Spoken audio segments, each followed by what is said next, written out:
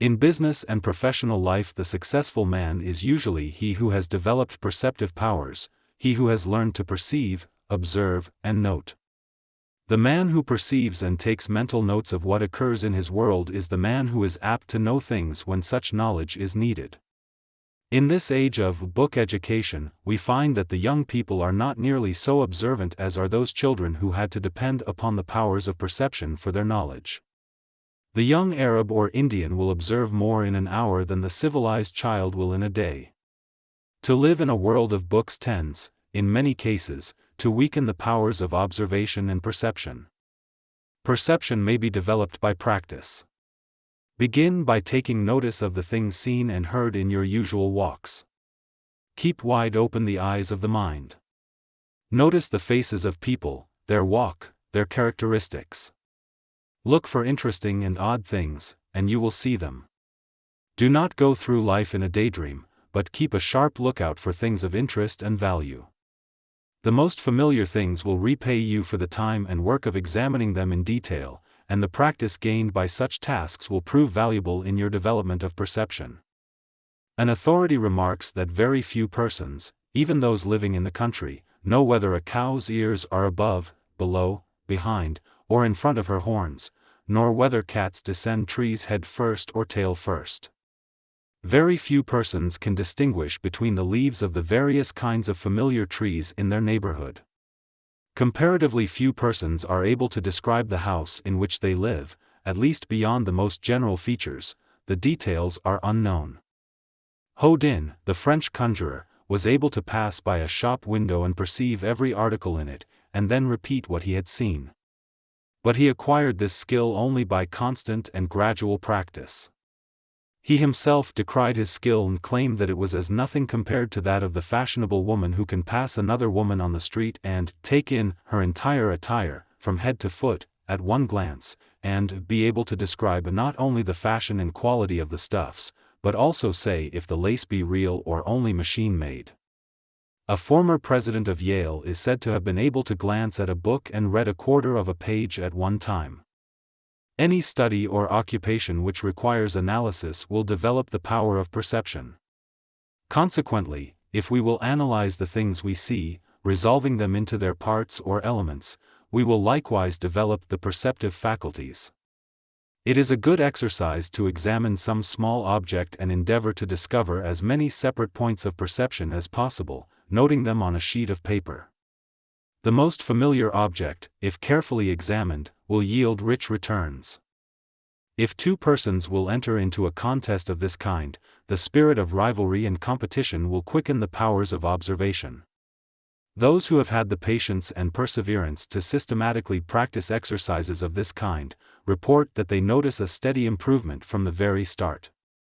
But even if one does not feel inclined to practice in this way, it will be found possible to begin to take notice of the details of things one sees, the expression of persons' faces, the details of their dress, their tone of voice, the quality of the goods we handle, and the little things especially.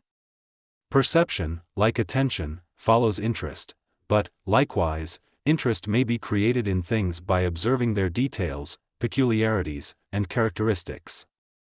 The best knowledge gained by one is that resulting from his own personal perception. There is a nearness and trueness about that which one knows in this way which is lacking in that which he merely believes because he has read or heard it. One can make such knowledge a part of himself. Not only is one's knowledge dependent upon what he perceives, but his very character also results from the character of his percepts. The influence of environment is great, and what is environment but things perceived about one?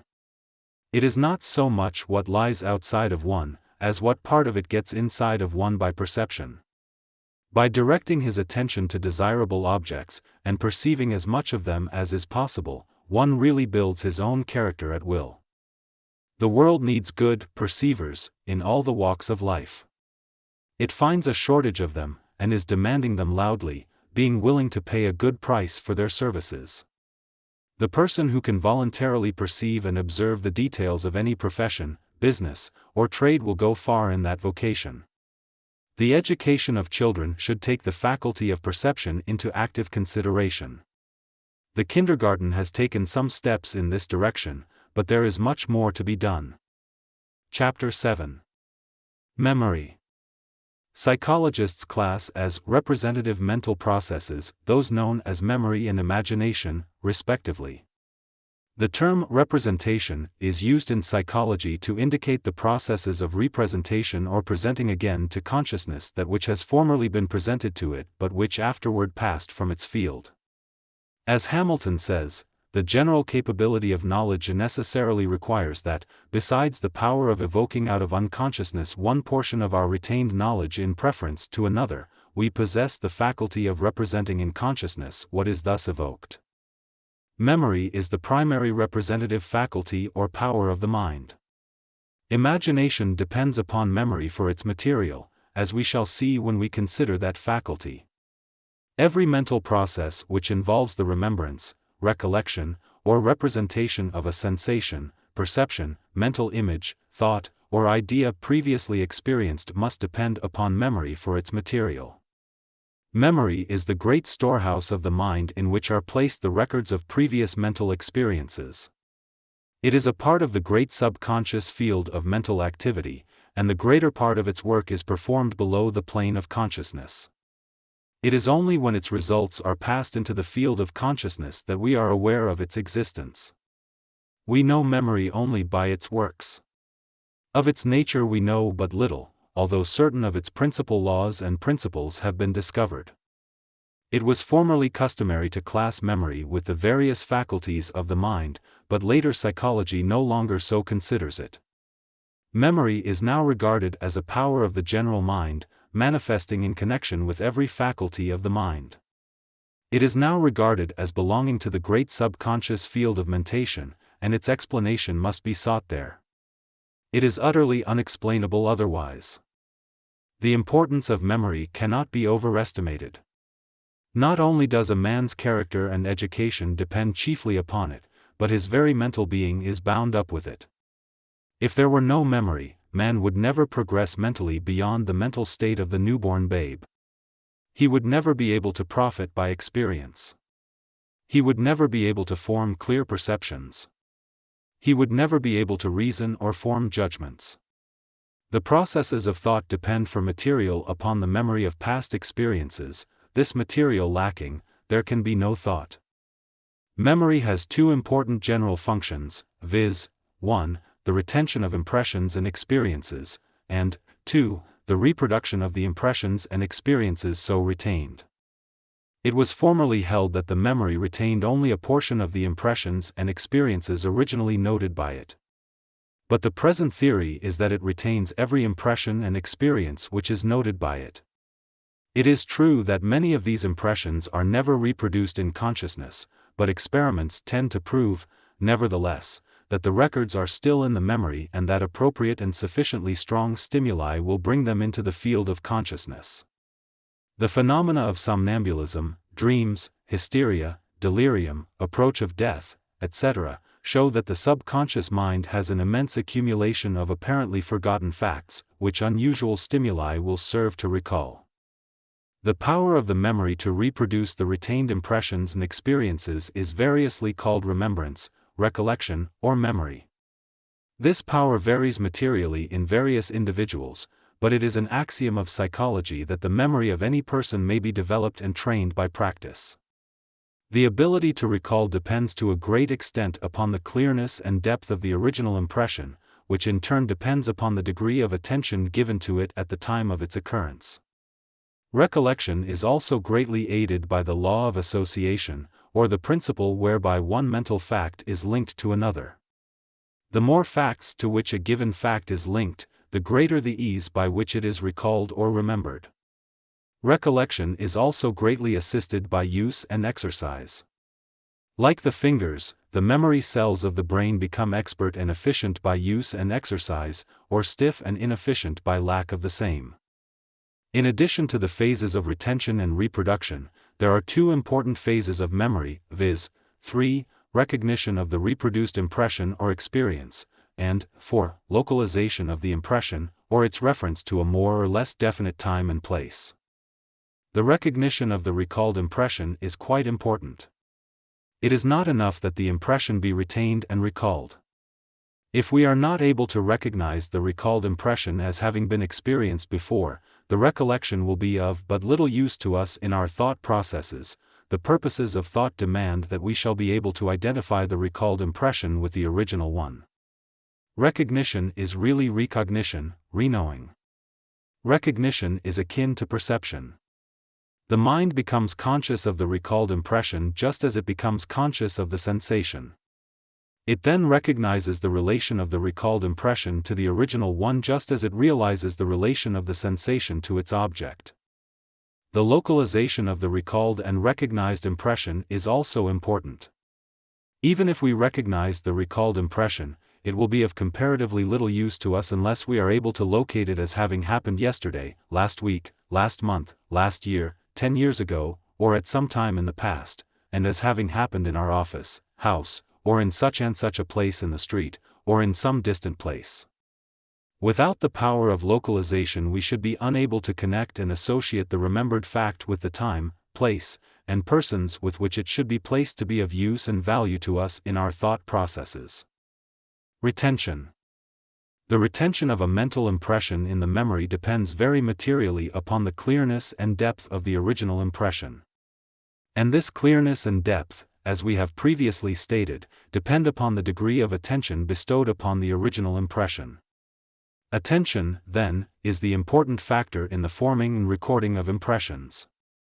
The rule is, slight attention, faint record, marked attention, clear and deep record. To fix this fact in the mind, the student may think of the retentive and reproductive phases of memory as a phonographic record. The receiving diaphragm of the phonograph represents the sense organs, and the recording needle represents the attention. The needle makes the record on the cylinder deep or faint according to the condition of the needle. A loud sound may be recorded but faintly, if the needle is not properly adjusted. And, further, it must be remembered that the strength of the reproduction depends almost entirely upon the clearness and depth of the original impression on the cylinder. As is the record, so is the reproduction. It will be well for the student to carry this symbol of the phonograph in his mind. It will aid him in developing his powers of memory. In this connection we should remember that attention depends largely upon interest. Therefore we would naturally expect to find that we remember interesting things far more readily than those which lack interest.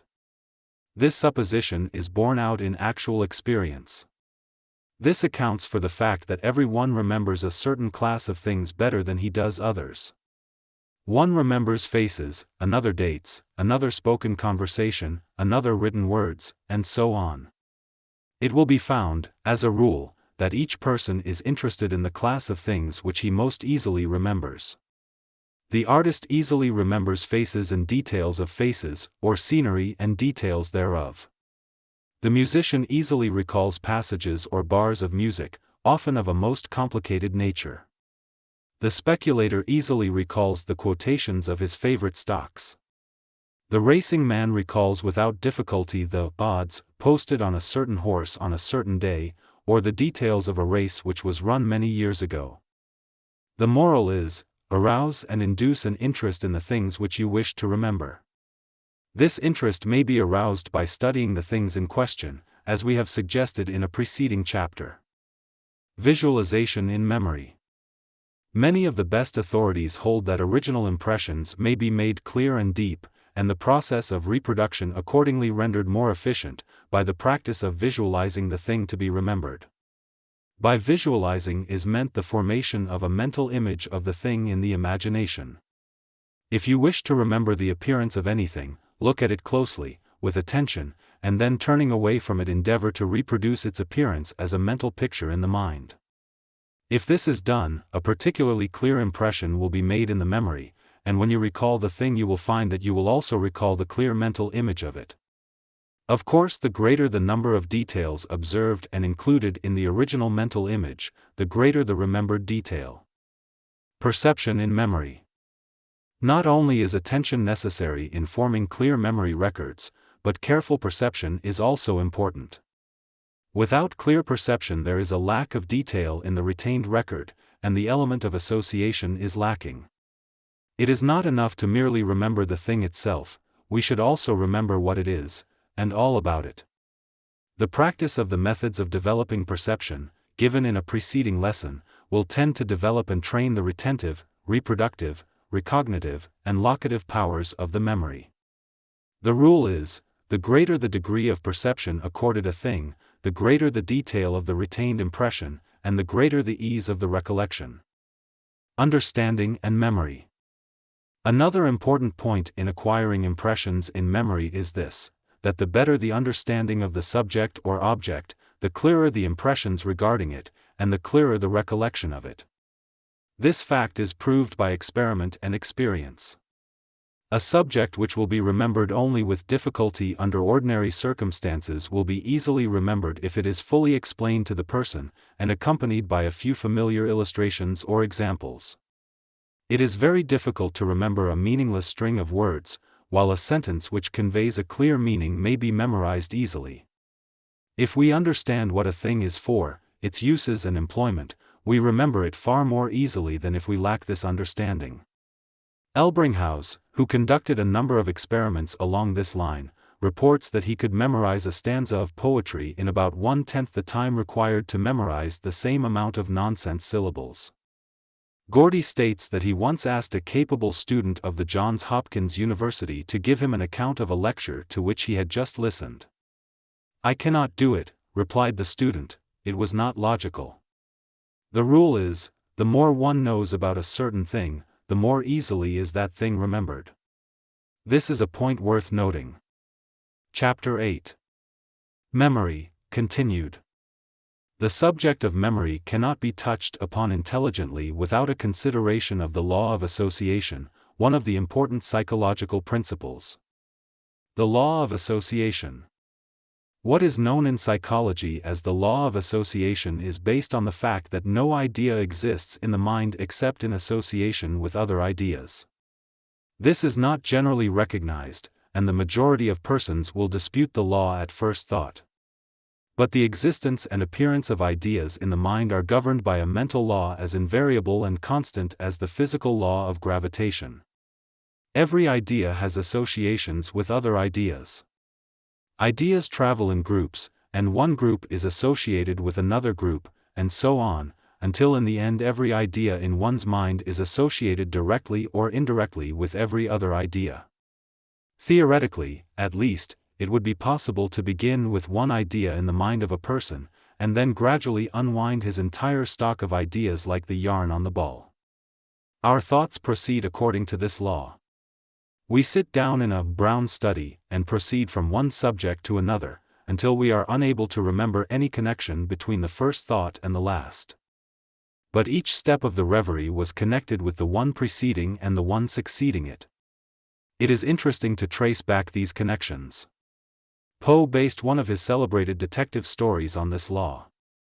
The reverie may be broken into by a sudden impression from outside, and we will then proceed from that impression, connecting it with something else already in our experience, and starting a new chain of sequence. Often we fail to trace the associations governing our ideas, but the chain is there nevertheless. One may think of a past scene or experience without any apparent cause. A little thought will show that something seen, or a few notes of a song floating to the ears, or the fragrance of a flower, has supplied the connecting link between the past and the present. A suggestion of mignonette will recall some past event in which the perfume played a part, someone's handkerchief, perhaps, carried the same odor. Or an old familiar tune reminds one of someone, something, or some place in the past. A familiar feature in the countenance of a passerby will start one thinking of someone else who had that kind of a mouth, that shaped nose, or that expression of the eye, and away he will be off in a sequence of remembered experiences. Often the starting idea, or the connecting links, may appear but dimly in consciousness, but rest assured they are always there. In fact, we frequently accept this law, unconsciously and without realizing its actual existence. For instance, one makes a remark, and at once we wonder, how did he come to think of that, and, if we are shrewd, we may discover what was in his mind before he spoke. There are two general classes of association of ideas in memory, viz., 1. Association of contiguity, and 2. Logical association. Association of contiguity is that form of association depending upon the previous